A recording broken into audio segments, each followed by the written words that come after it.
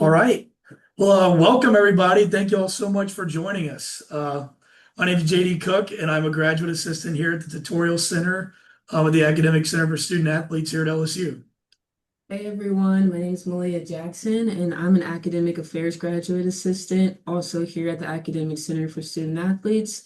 We're really excited to have you all join us for this discussion titled Who Supports the Support Staff? Yeah, so Malia and I are about to begin our final year of our clinical mental health counseling master's program. And so even though we work in different departments here at the Academic Center, we've noticed an intersection between some common themes that we've seen come up both in our work with the student athletes and in our curriculum in our master's program as counselors. So in helping professions such as counseling or mentoring student athletes, it's important to take as much care of ourselves as it is for us to take care of those who we are assisting, because we really can't serve our student athletes or our clients to the best of our abilities without taking care of ourselves. So we want this discussion really to focus on the support staff and the measures that we take as mentors to address our own mental health needs. So like you said, we didn't really want this to be very structured, so we want this to be more of an open discussion. So we welcome input from anyone in the audience throughout, so feel free to unmute wherever you feel necessary or want to add to the conversation. So before we begin, we're going to introduce our star-studded panel that we have with us today. So first we'll start with Taylor Dennehy. Taylor's an assistant director with the LSU Academic Center for Student Athletes, where she supervises the academic requirements for several teams. She holds degrees from LSU with a Bachelor of Science in Sports Administration, a Master in Kinesiology with a concentration in Sport Management, and a Master in Education with a concentration in School Counseling. Taylor's professional and academic interests include focusing on career counseling, with a particular interest in understanding the holistic experiences of collegiate athletes. So thanks for having us. Thanks for joining us today, Taylor. Thank you all for having me. I'm really excited. So next we have Rosie Ewart. And Rosie is the tutorial coordinator here, and she's also a learning specialist here at the Academic Center for Student Athletes. And she's a two-time LSU graduate. She graduated with a BS in Sports Administration in 2018, and in 2024 she graduated with her MED in Counselor Education. And she's worked here since 2017. In the past, she's had roles such as intern, tutor, tutorial graduate assistant, and now she's a full-time staff member. And her work centers around tutor training, learning support, and helping student athletes succeed academically. So we really appreciate you joining us here, Rosie. Absolutely. Happy to be part of this star-studded panel we've got. All right. Last but certainly not least, we have Eddie St. Bill. Eddie's a counselor, educator, and leadership development professional dedicated to empowering student athletes and teams to perform at their highest, both personally and professionally. As the Assistant Athletics Director of Training and Leadership Development here at LSU, he leads comprehensive education initiatives for more than 400 student athletes and staff, focusing on holistic development, leadership, and healthy decision-making. In addition to his work in collegiate athletes, Eddie's also a founder of a counseling and consulting private practice that provides counseling and performance support to athletes, professionals, and individuals navigating life transitions.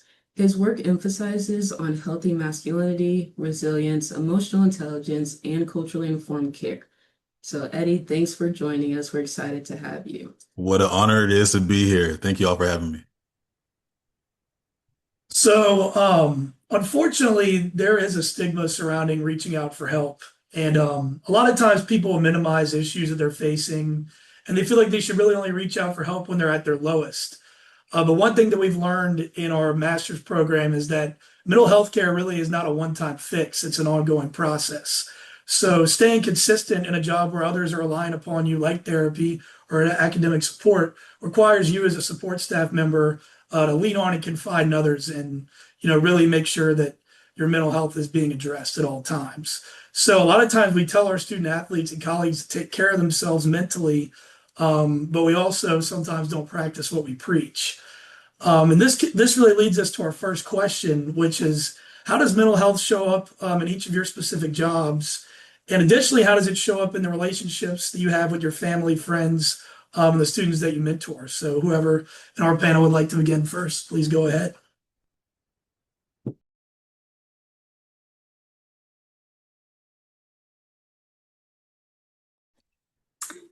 I can go first and kind of talk. So just in my role right now, so I started off, all my degrees were in sport management, sport administration, and just from being now in this field and seeing the transition with NIL, we've seen the transfer portal. Students have a different like view sometimes how they're coming into school. And I really wanted to know more about that. How do we kind of still serve our students and still figure things out for ourselves too? So I actually decided to go back and get my second master's in school counseling just because I really felt that would help me understand better and help serve my students too. But it was really good, just even experience for me to kind of sit back and think, and what do I expect from different roles and things like that. It really just kind of opened my eyes to that situation. A couple of other presentations today have really even talked about in our field how advising specifically used to be a lot more kind of compliance based and like, here's what you need to be doing. And with just sometimes the turnover we've had, it's a lot more connections based. I actually just saw, I was traveling with one of my teams and I saw one of my former student athletes there. And we were joking around. He's like, I used to talk to you 6 days a week on FaceTime getting work done. Like, you're right. We did talk all the time. But the fact that I could still kind of like check in with him real quick and see has really helped me too. And just again, understanding how those connections build. And then just again, for myself too, understanding like, how am I serving them? Am I doing what I still feel is right and helping them as well too? Yeah, I don't mind jumping in here, and Taylor, I certainly appreciate what you shared. So my background is truly not athletics. So I came to LSU in 2014, and I was working in both residential life and the dean of students office. And my job is truly non-clinical crisis counseling. And so anytime we had a student who was going through a stress, a crisis, or some sort of distress, it was my job to reach out to them, meet with them, and see how can I intervene or provide resources to best support them. And I remember doing like a couple of class presentations with athletes, and there were athletes who were just doing like different things, right? Like whether it was resting their head or just not paying attention or not being attentive. And to be honest, I had this misconception about athletes, right? My initial thoughts about athletes were that they're privileged, they are entitled, they're all these things. However, in 2021, LSU Athletics reached out to me to take over my current role. And the first couple months, immediately I noticed that our student athletes is what I would say one of the most vulnerable populations on college campuses. And what I mean by that is these are students who they're overscheduled, they're exhausted, constantly fatigued, right? And then that's one aspect. Then another aspect is like there's so many people who are searching for proximity or wanting to be in proximity to them, right? And they don't necessarily know who to trust. And a really cool thing about being on this call is I look around and see people on this call, and I know that these are people who student athletes can trust. Right. And so like being trustworthy and trusting and having genuine relationships is essential for our student athletes. And although like us on this call, we may not necessarily be the mental health practitioners and professionals within our day-to-day jobs, our biggest priority is making sure that we can get students to the right and appropriate place. Right. And so I would say like that's my role. That's one of my passions. And something I try to prioritize. JD, as you mentioned, or excuse me, Malia, as you mentioned in my intro, like I'm truly passionate about the concept of mental health, right? And knowing that we all have a limit, right? And there's so much that's placed on us on a day in and day out basis, and we need to have those people in our corner, right? So yeah, of course, advocating for our student athletes and making sure they get the appropriate resources and help, but ensuring that we're doing the same thing.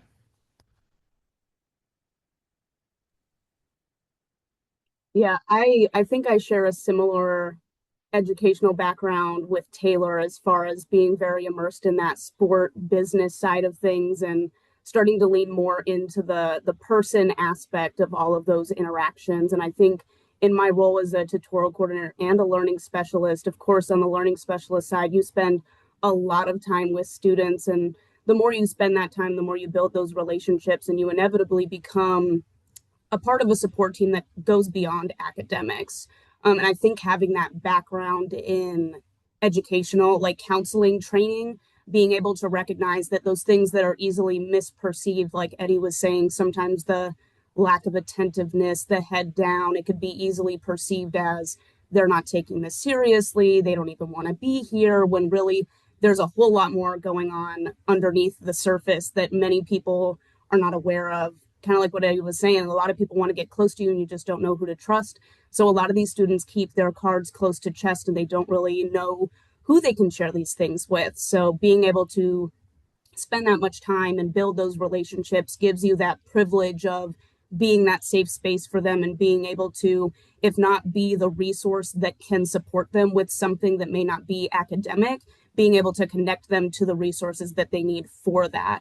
And I think as far as my tutorial coordinator side, I kind of get that unique aspect of also facing the tutors and how their well-being is, because everybody is a human, everybody has mental health, and it's at different stages and different phases all throughout life, and it shows up for everyone in different ways. So being able to not just be a support for my students, but also figure out ways to support my tutors, make sure that they know that yes, you are a support person for those students, but you also have support people for yourself in the building as well.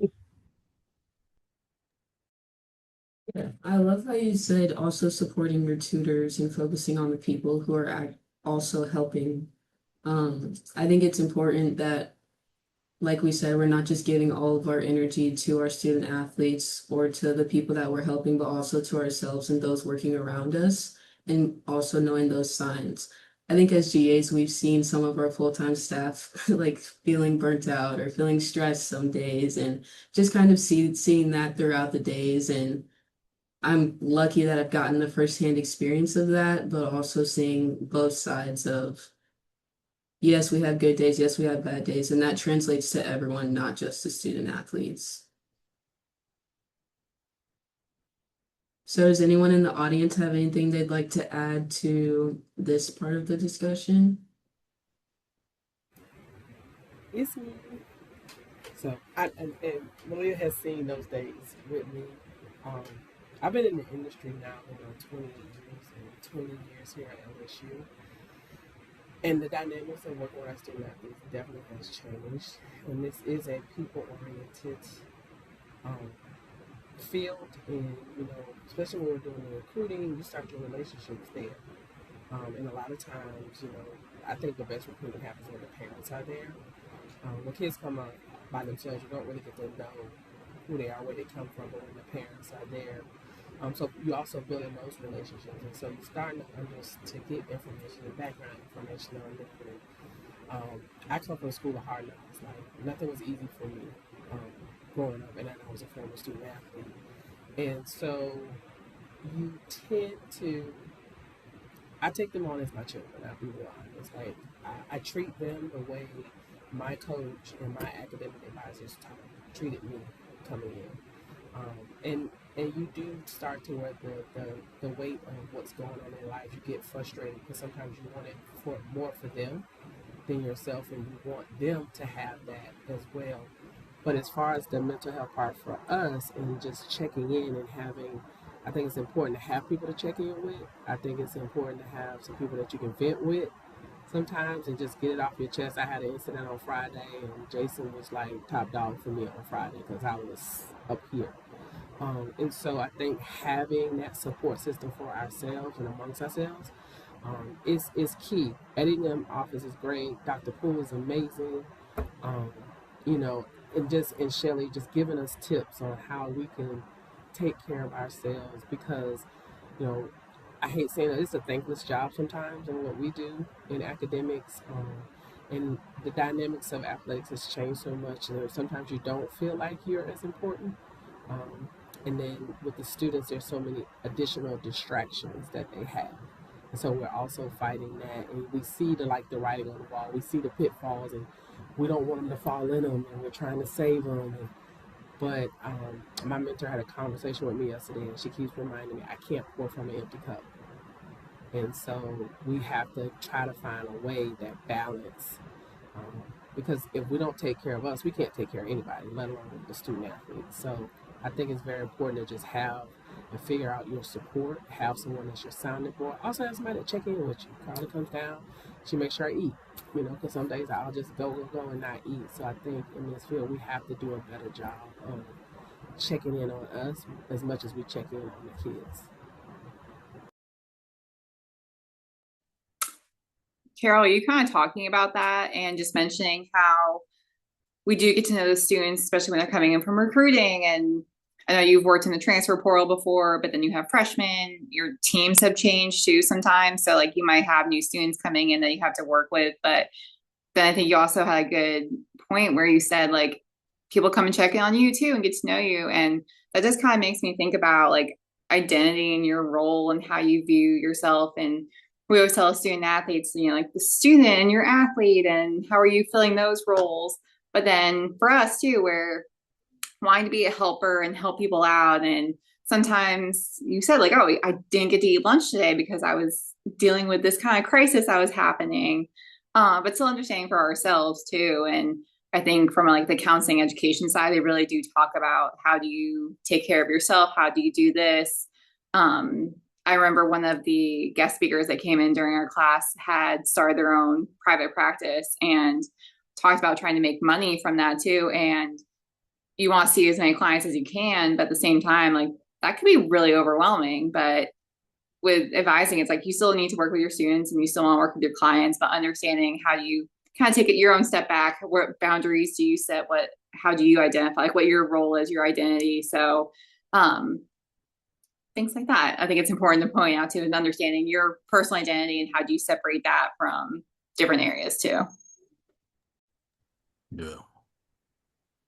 Rosie, I saw you just I unmute. was gonna say we're competing for the mic. Go ahead. I'll go after you. I really like your addition there, Taylor, just talking about identity. I find that a lot of people who find passion in a helping profession, even beyond academics or athletic academics, the person who we help the least is the person we see in the mirror. So it's like we forget to eat. We forget to have breakfast, but we're always asking our students, have you eaten today? Did you have breakfast this morning? So it's really easy to fall into patterns of really just being passionate about helping people to the point where we're blind to the needs that we might be neglecting in ourselves, just because we're so driven by our pursuit. We really do just want to help people. And it ends up being to like our detriment at times if we don't incorporate like a deliberate practice of checking in with ourselves, or even making sure that our team is deliberate about checking in with each other. Like Carol was saying, having people who are willing to stop by and be like, have you eaten today? Have you had lunch? Have you like taken a break to go to the bathroom or drink some water? So having somebody outside of you who can remind you like, hey, sometimes, there you go, Carol, got to stay hydrated. Sometimes that person or that checkpoint has to come from outside, at least until you're able to build something robust as like an internal system of being able to check in with yourself. And I think that's something that changes with the seasons for different reasons for everyone all the time. And like what that looks like just depends on where you're at and what life is demanding of you at any particular time. Rosie, it's impossible to follow you up. I feel like you articulated what you shared so well. I think in this world, it's so easy to allow your identity to be consumed by the work that we do. I think oftentimes we remind our students like it's not about wins and losses, right? And like it's about life away from sport. But then here we are, like just pouring into so many people without, like what Miss Walker talked about, without pouring into ourselves, right? And having those people who check in on you, but even more so having those reminders, right? And whatever those reminders might be, right? Whether it's a time of the day that like you're going for a walk, going to the restroom, getting water, or even just like sitting at your desk and like just taking a mental break. And that can be like, let me watch a quick YouTube video, or let me go on social media real quick, or like let me just close my door and turn off my lights for 5 minutes. Or just having those reminders of like just not getting lost and consumed within the day. Right. And so again, we are helpers and we're very passionate about helping people that we oftentimes neglect ourselves. But just having those reminders, whether it's people, routines, scheduling, like whatever it might be, to truly just pour into ourselves and not get lost. I know you guys said it was an open discussion, so do you mind if I pipe in as well? Absolutely. Perfect. My name's Please do. Marissa. Yeah, please do. Thank you. My name's Marissa. I'm a learning specialist at Kennesaw State. But before I worked here, I actually got my master's in clinical mental health counseling, and I was a therapist for a little bit. So this is kind of my bread and butter and the thing that I really care about the most. It's the thing that I like bringing to athletics the most, is that, yeah, I'm helping students with academics and skills and all these other things, but having the skill set to see a little bit beyond that and bridge between mental health. But it also applies to us, you know? And so I've heard a lot of people talking about like, how do we check in on people? If you don't have people to check in on you, how do you check in on yourself? And I think it can be really hard when life is overwhelming and you're like, where is the stress coming from? What's happening? And I always used a tool. I used it with athletes. I used it with my patients, no matter what. I had it in my drawer. So I'm going to show you. It was the wellness wheel, and it has these 8 wedges of like physical, emotional, intellectual, social, occupational, financial, environmental, and you essentially color in the wedge as far as it goes out. And the idea is if you have a tire on your car and it's all lumpy with all these wedges at different levels, your car's not going to roll efficiently. It's going to wear down all these other levels in your life. Because if on the student athlete side, your physical is at 100%, you're in the best shape of your life, but your emotional is at 10%, then essentially your physical is going to wear down over time because it's the only thing getting hit as you roll through life. And so I think it's something that helps us as well when like people feel burnt out and you don't know what to do in your job, to like look at that and be like, okay, what is the area of life that is making me feel burnt out? Is it occupational? And if that's so low, what are the other things that if I go to the gym 5 days a week, maybe I go to the gym 4 days a week so I can improve this other wedge in my life a little more. And so that's something when it comes to like personal check-ins for myself that helps when I give it to others or even to coworkers and stuff like that. So that's just my 2 cents.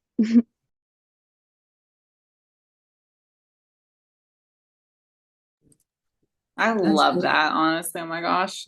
Yes, I love the wellness wheel. I actually used it with some of my clients over this semester, and it was eye-opening just to like really break down everything that goes on in your life. Because like you said, we do go through things really quickly, and to really write it down and be able to see the discrepancies is really helpful. So thank you for sharing. Also, someone in the chat, Alexis, said a coworker of mine has a self-care alarm set for 2:30 p.m. every day where she reminds us all to take a breather. That could be something implemented. I think that's a great idea. Me too. I'm going to chime in on this too. Setting healthy boundaries. That's probably, I can do it outside of here, but sometimes I have to do a good job of doing it in here. And an example is women's basketball season is over, right? Well, the coaches are recruiting, but they had a little break, and I realized I don't get a break. Like, we came back, I'm right back in the office with the risk, especially when you have multiple teams, and even if you don't, and it's just like, okay, I'm gonna take this day off. Like we have here, like we have flex days that we can take, and then at this point, we got 3 months left before like, and like I got 7 left. Like, when are you gonna use it? And so trying to find a way to set that healthy boundary and say when you leave here, because that's the other thing I think most of us, if we are honest with ourselves, we take work home a lot of times. And my excuse would be like, well, it's quieter at home. No, not really. Like, I'm just don't know how to, set that healthy boundary. I'm home. I need to be in that element. I mean, there are circumstances that happen. And when I was younger, like the dynamics was different in this field. I was able to do that. I just think that all that comes with athletics now is a greater stress, a greater demand, and so now you're trying to meet those things. But I think it's key in trying to find a way to set healthy boundaries and like Taylor said, Rosa said, we're trying to do those things and get the students to do them. But we need to do them. I tell everybody, like I go to therapy. I have to.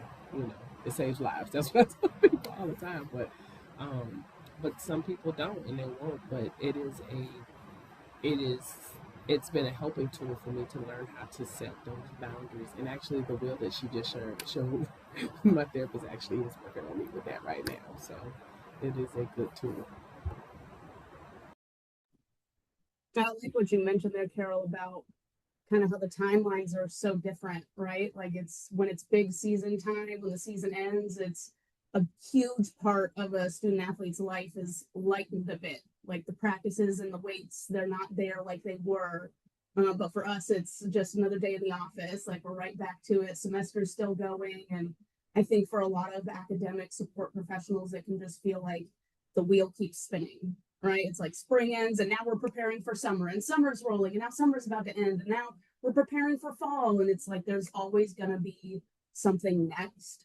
And it reminds me of something that had to have come up during one of my counselor education classes where, and I'm sure some of you have probably heard this metaphor before about a jar and you've got golf balls, you've got sand, you may have stones in there. It's just about like being able to make space for golf balls because there's going to be plenty of sand all the time. There's always going to be emails, there's going to be tutors knocking, students coming in needing help. There's always going to be schedules to check, eligibility to make sure that we're staying on track for, graduations to get ready for. But where do we find the time to carve out valuable space for the bigger things in life that may go beyond our job description? Because at the end of the day, those things are going to keep going. You can't just say like, oh, I'll just wait until I graduate and then I'll figure out the balance. It's like you have to figure it out now, or your balance is never really going to be there. You're constantly going to be saying, I'll figure that out next week or next month. Definitely something I personally am working on getting better in my life as far as the time is now to find that space and make that balance for myself. But I'm sure an ongoing challenge for plenty of other support professionals beyond academics, but of course, academics and athletic academics specifically for sure. It's kind of funny. So with one of my teams, I travel, and before their games, they leave pretty early. So there's kind of time between like when they leave and like when the game will start. And I really try to be intentional about that time because I never feel like, oh, because I'm traveling for work, but the students really aren't there, and the coach is like, there's no one there for me to really work with. So if I need to, if I'm on kind of caught up on my work, I like to go on little side quests, I call them. So when we were just traveling, I asked my one friend, like, where's the best spot to get like a girl dinner? You know, like a Diet Coke, Caesar salad, French fries. So I went out and got that and like had it by myself, like at this one restaurant, and got to talk to different people, got to see people watching, was really great. But even then, like I'll wake up early in the morning sometimes and go walk through the different campuses and get to see kind of like those different environments too. So even just like starting off my day in a certain way, if I know it's gonna be busy and everything, doing that or carving out that specific time where again, I know I'm traveling for work, but I have a little time. Let me make use of it too. So understanding that and kind of like setting that time aside is really good for me too. That's a great point. And that actually kind of reminds me of something that Eddie had told me last year about, I think it was called a mindfulness walk, Eddie. I'm trying to remember exactly the details about that, but could you maybe explain what that was to everybody? Look at you, JD, giving away all my secrets. I have to like disclose to me, man. All right, yeah. So it's funny. So I have a private practice as well.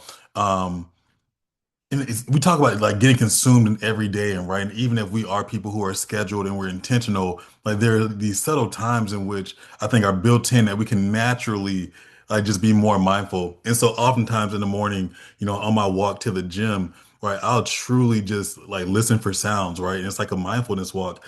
Or I'll like point out a color, and my color today is green. And I'm trying to identify everything that's green, or just break down like sounds of absolutely everything, right? So it's just again very much right now in my life. I feel like I'm very much aware and present of my CNS, so my central nervous system, right? And like, what are some things that like get me heightened in certain moments, and like, what are those commonalities in those moments? So when I'm trying to get back to baseline, I can identify like I'm stressed out because there's an upcoming deadline, or I'm not prepared for this conversation or this meeting, right? And so I know going forward, I need to be more prepared. Right. And so just right now in life, I feel like I'm very much aware and just present with my central nervous system, but looking for opportunities to lower like any sort of stress I encounter. Right. And so, Jay, I appreciate you calling out the mindfulness walk. Something else I was going to chime in on earlier is I think it was Miss Walker who talked about the concept of boundaries. Right. And it's so funny because transparently, I think I'm really good at setting boundaries. Right. Like there's not too many days in which I truly take work home. Like I'm home and I'm still doing like meaningful or big work. Right. And like there are times, of course, I'll respond to a message or a quick email. But because I have a private practice, usually if I leave work at 5, I have to get home before 5 to see a client at 6. Right. And to be honest, like oftentimes I do that very intentionally, like so my mind can truly shift into being a therapist. Right. And like I get to leave work at work. Right. And so my drive home is really my debrief. Right. So it's whether it's just not listening to music, whether it's like in driving in silence, or it's having conversations with my mom, my partner, or whomever, right? So like really just setting boundaries. And I know not all of our jobs allow us to do that, right? Even with me, right? There are certain days in which I'll work extremely late and so I have to be in the office very early. But if I can, right, like I'll leave early on a Friday or come in late on another day. So just looking for those opportunities similarly, right, to set boundaries and just make sure they're healthy is something that you're mindful of, but also that you don't feel guilty setting those boundaries. Yeah. So I think thank you all for sharing. Those are all great points. I think a lot of times with mental health, we think it has to be some sort of formal solution, like sitting down in a therapy session. But for me, I think a lot of times, like we're talking about, just taking little breaks or little points of time in our day, like a part of our normal routine, like when you're walking to work or driving home, just maybe sitting there in silence and being present can be a form of therapy in its own way. And that kind of brings us to our next topic, which is about burnout. If Malia, you'd like to Yeah. talk a little bit about that. So there's a really good article. It's called "What If the Faculty Are Not All Right?" and it's about burnout and compassion fatigue in higher education. And I would recommend giving this a read because it talks about how like unrelated or unaddressed work-related stress can have a negative impact not just on your performance, but also your overall well-being. And so it talks about compassion fatigue, which is like the reduced ability to empathize after repeated exposure to others' traumas or needs. And it's often called like the cost of caring, which I'm sure will resonate with a lot of us as helping professionals. And then burnout, it talks about, just the work-related stress leading to exhaustion, frustration, often like disengagement in your work. And higher education employees are often, just more than just their job description. They're often the front line of emotional support for students and student athletes. And without that proper support and boundaries, like we said, everyone involved is impacted within that work. And so our next question for everybody is, what has your experience been like with burnout or compassion fatigue? And how can you support yourself and your colleagues when you're recognizing the signs? I'm gonna try this since I've been here so long. For me, it took COVID for me to recognize the whole burnout thing and the passion syndrome. Because our students we weren't presently in front of them to put our hands on. I found myself in Zoom meetings more than 12 hours a day, like constantly. And it was because I didn't want to lose that touch, because I'm a people person and just having that and not wanting them to slip through and fall through. And, it took my best friend. Actually, I left here and stayed with my best friend and her family. And one night she got up and was like, "What are you talking about?" And she's like, "Cut it off. That's enough." That's just how she said it. She's like, "We're gonna stop doing that. I know you care. I know you don't want them to fall through the cracks, and I know that." She said, "But what I'm watching you do is burnout. And so when you do get back to that face to face, you're not gonna have anything left." And that was a heightened thing for me, and just the anxiety and just really recognizing it. And she took that step very stern with me, and she's like, you're not gonna make it. You're not gonna make it." And honestly, that's where I was feeling like COVID made me feel like this is something I didn't want to do anymore because I had got to that point of having done it. I'd love to share kind of my experience as I was going through my master's program because it took a different timeline than what's traditional. And I think anybody who has been in the mental health field has probably heard the book The Body Keeps the Score, but it really does.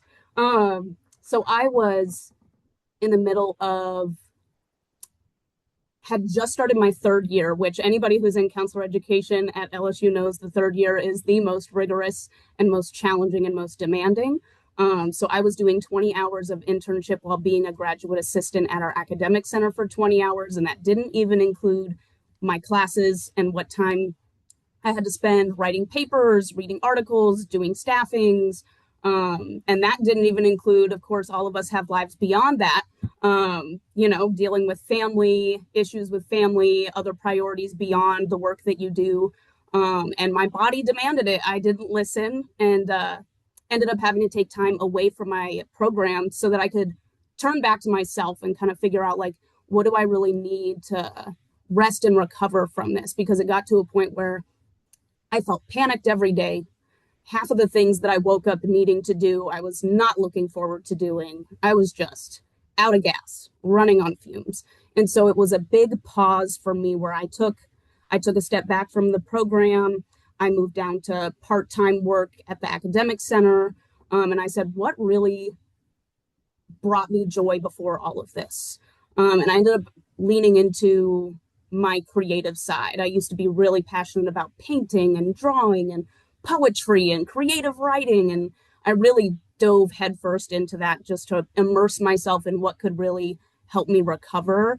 And it was kind of a reconstruction at that point, figuring out I've been going like this for so long, trying to follow timelines that other people have told me is what you're supposed to do. When you graduate, you're supposed to go to college and get the degree. And once you graduate from undergrad, you need to go to grad school so that you don't get sick of school and you still get your degree. And I had been running all the pistons firing for so long that my body was like, yo, if you're not going to listen, I'm going to make you.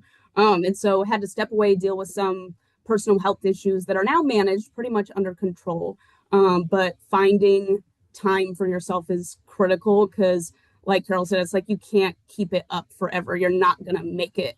And if you're not blessed to have that learning experience before it becomes something pretty significant, that can end up being more of a negative turning point for you.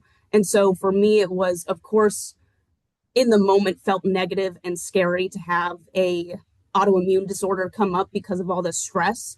But it honestly was a blessing to be able to kind of look at my life on the outside looking in and see, like, you are doing way too much, way too many different directions for all the wrong reasons. Like, you need to be doing this for you, what you're passionate in, what you're good at, what you really see yourself doing. And don't fill your plate so full. Just because the plate is 9 inches in diameter doesn't mean it has to have food on every inch of it. So figuring out, like, what's the right amount of food on my plate so that I feel full but not stuffed.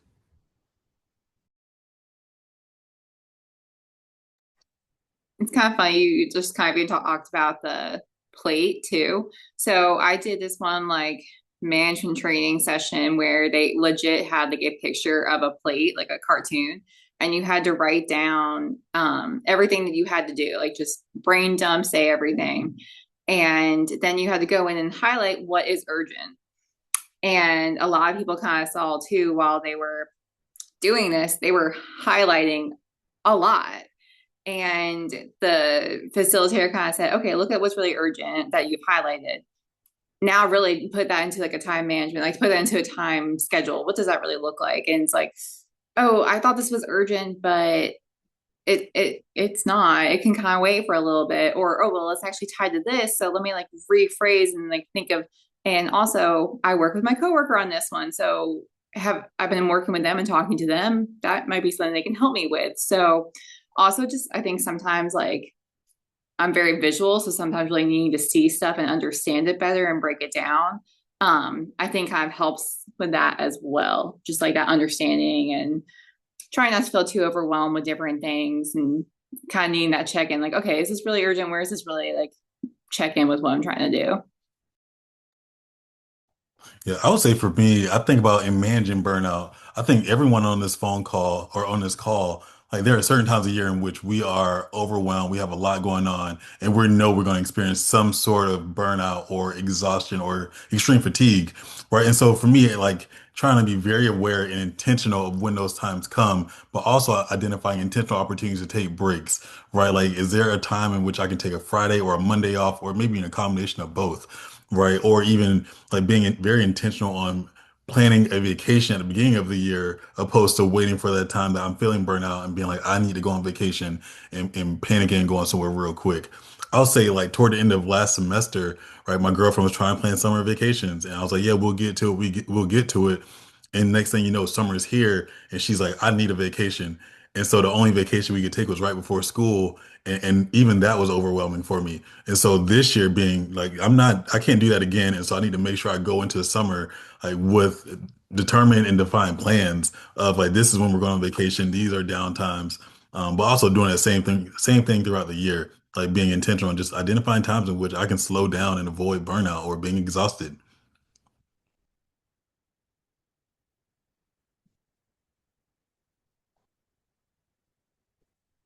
Or you could lose your hair and look like me, right, Carol?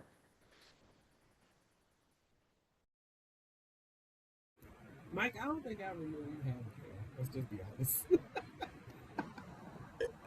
Hey, Mike, that look looks so good on you that I didn't know you lost it. Some people say, "What happened? How long have you been in the field?" I'm like 6 months. I had a head full of hair. That's funny. Hey, I tell you what, you have to laugh. If you don't laugh, you'll lose your mind doing this, right, Carol? Right, Taylor? I mean, for those here that know me, Kylie, and everybody, um, uh, you work and you try. What we do is we put everybody else's needs before ours, and it's just what we do. You have to be wired a certain way, or you don't stay in this field very long, and it's just what we do and what we are. So, I mean, for the people that I know here on the session, and it's that I've known for many years, it's just how we're all kind of programmed, and you're programmed to help, and that's. But sometimes you have to help yourself at the same time. So I'll jump off here so somebody else can say something. I just want to provide a little bit of afternoon comedy though. Hey, Sarah. I think it's a really good point though, and I know like a couple of us will work with like multiple teams too. And there's definitely been times where one group is just stressing me out a little bit more. They're really trying to push those boundaries. And then a student from another team will come in and they're like, hey, how's it going? And you want to be like, not good. I'm frustrated. But thinking about like, is that good for you? Slash, is how are you doing that? Like, that's not fair sometimes to those other students too. But I understand obviously sometimes like you just may be like, hey, I need a minute to do this and let me get this. But if a student's kind of coming in when your door's open, they want to just like say hi and check in. I love having that because I want them to come in. You get to know them better. Again, building that connection still and wanting to help. So sometimes it's kind of like, okay, this one's frustrating me, but here's a student who wants help or they just want to be and like see what's going on. So sometimes it's even just a kind of quick check, like, okay, am I frustrated with this situation? What can I do to fix it real quick? But let me also check in with the student too. So that's kind of an interesting balance sometimes is like looking at those different team situations. And if people do meet with clients, kind of the same idea where you might be frustrated where you worked with a client and y'all had a great plan. They were going to do all these goals and they might not have done that. And okay, how can we fix that? How can we adjust that? And then you do have another session right after that. So how are you also presenting yourself and not internalizing, maybe like not being like, oh, I didn't do right by them. It's, hey, what else can we do? Let's like figure out for best both of us how we can help. And Thank you Taylor, all. I'm sorry. Oh, I'm sorry, Eddie. Go ahead, please. Oh, Taylor, something I was going to add to what you shared is so I work in administration, and so sometimes like we'll get so consumed like doing something or just like navigating whatever's going on that like we forget why we're here. And so a really great reminder for me, oftentimes I'll go to a team practice, right? And like I'll just like hang out with those student athletes in their setting, and I'm trying to be like a fly on the wall, right? Or be invisible, or like whether shag balls or be in the outfield catching balls, like just it's a great reminder for me of why I do this and why I got into this work. But also, right, it's a great opportunity to build relationships with students, right? Because again, we're in their world, and it's like, hey, like you get to see me outside or see me away from like doing SAC or BSAA or whatever leadership thing that they're doing, or like helping them build a resume and search for jobs. But you get to be in their setting, right? And they get to see you being human, right? And whether you're athletic or not athletic, whether you trip over yourself or make a fool of yourself, just remind ourselves why we got into what we're doing. Yeah. And I think that's important, Eddie, and remember the whys, because Mhm. you can get caught up with the why nots. Um, but the why you do this, and I'm like Taylor, we can, and I tell my students, like, my door is always open. I'd rather it, be for a little bit of business, more so of just social. You come here, you can talk to me. And I share with my students. I don't get too personal, but they know certain things and they get tickled by it. A lot of my kids, when they find out I used to be a corrections officer, that becomes a whole conversation. Just trying to find those. I think sometimes forcing ourselves to talk outside our job. I always tell my students, think outside the box. Get out of athletics. Connect with people on campus, but the students have the interest, and not do it myself. And so sometimes the conversations we have are just about life outside of sports, outside of this office, outside of their sport. And those moments are good. And then again, like Taylor said, you have those students, you can have, we have a worst day. And I think God just always finds a way to help me with that. And it's always a student that will just come right in and kind of brighten your day. I have one, her dad played baseball, and she coming in just as cheery, and you know, she just changes the dynamics of what I'm feeling if somebody, something happened right before that, and it's kind of like, ugh. But she comes in, hey, do you need anything? And I'm like, oh God, this baby wants to help me. But that's her spirit, and I told her that one day. I said, I really appreciate that. You don't know. I think sometimes we're adults and not the students. Sometimes don't know, like, they help us just as much as we help them. So just appreciate those moments. Yeah, thank you, Carol. And I think that's a great point. Like, so many times we forget that, we think we're all always there to be the ones helping them, but sometimes them coming in with a great attitude can make such a difference for us as well. And so unfortunately, we are running a little short on time now.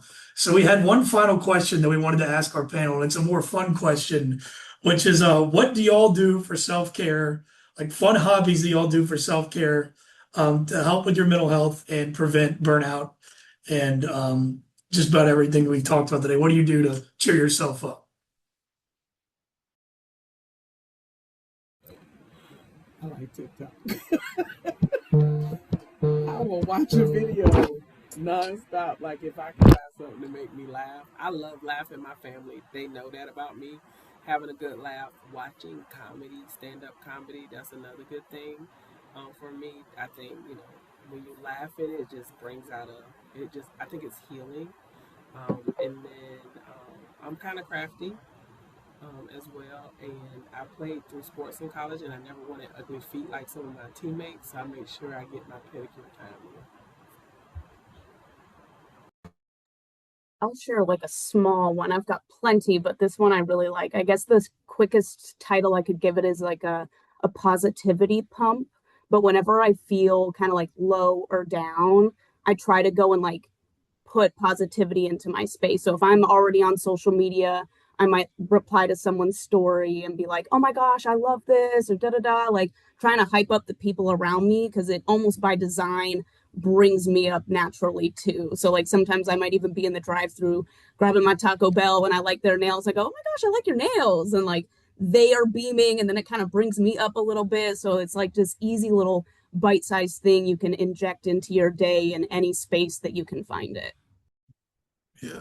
Yeah. Similar to Rosie's positivity pump, I have this concept called dessert every day. And I don't mean the literal dessert. I mean doing those things that you love every day. For instance, like I love coffee, I love reading, I love working out. And on a daily basis, I get to do three of those things before my day even starts. So I start my day with coffee, I'll read maybe a chapter or a couple pages of a book, right? And then I get to go work out. And then I get to start my day, right? So I get to start my day off high. And so if I could give a tip to somebody, it's just like have dessert every day, and whatever dessert looks like for you, do it.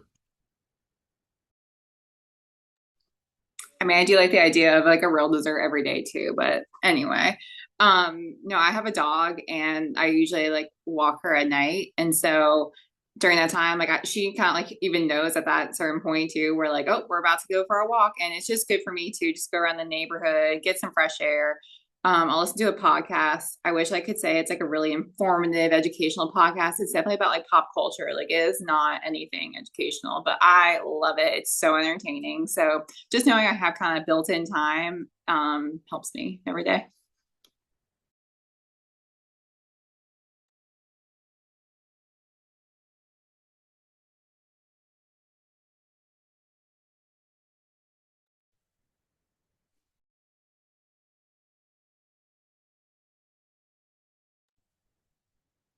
Malia, I think something may have happened with your microphone there. I'm not exactly sure. I was gonna say, I think it's just me, no? Right? Yeah. Just wanted to make sure. Yeah, did you all want us to take over the podcast? We're happy to do that. We can put Can on y'all hear us Okay. now? That's And actually with one of my the questions on my and with board my right now is accent, if you and with have my accent, it'll podcasts, be who would be horrible.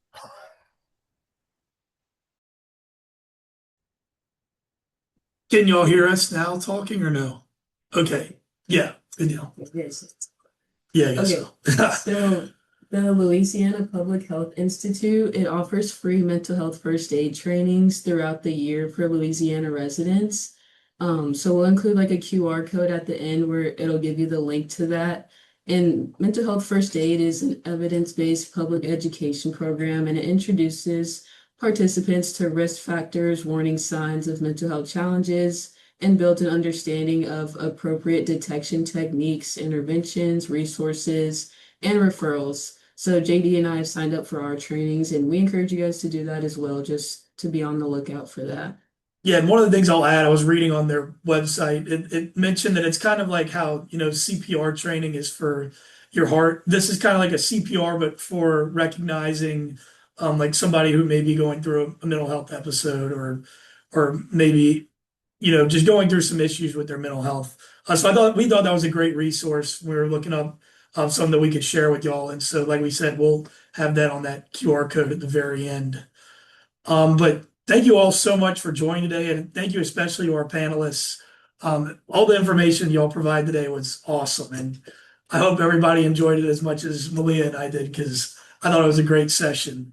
So before y'all go, please do remember to fill out the survey that I believe, if I'm not mistaken, will be sent to y'all. But now we'll share the QR code with y'all, and thanks again, and go Tigers.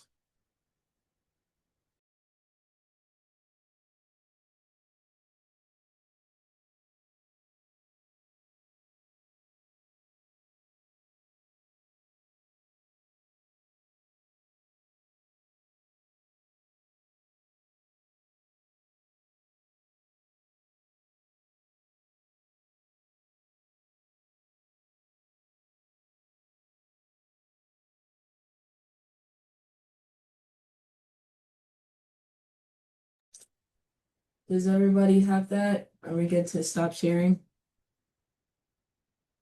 Okay, cool. Any closing positive remarks for everyone? Hope everybody's doing good. Please take care of yourselves. Going into finals, going into the summer. All right, thanks. Yeah. Thank y'all. Thank you.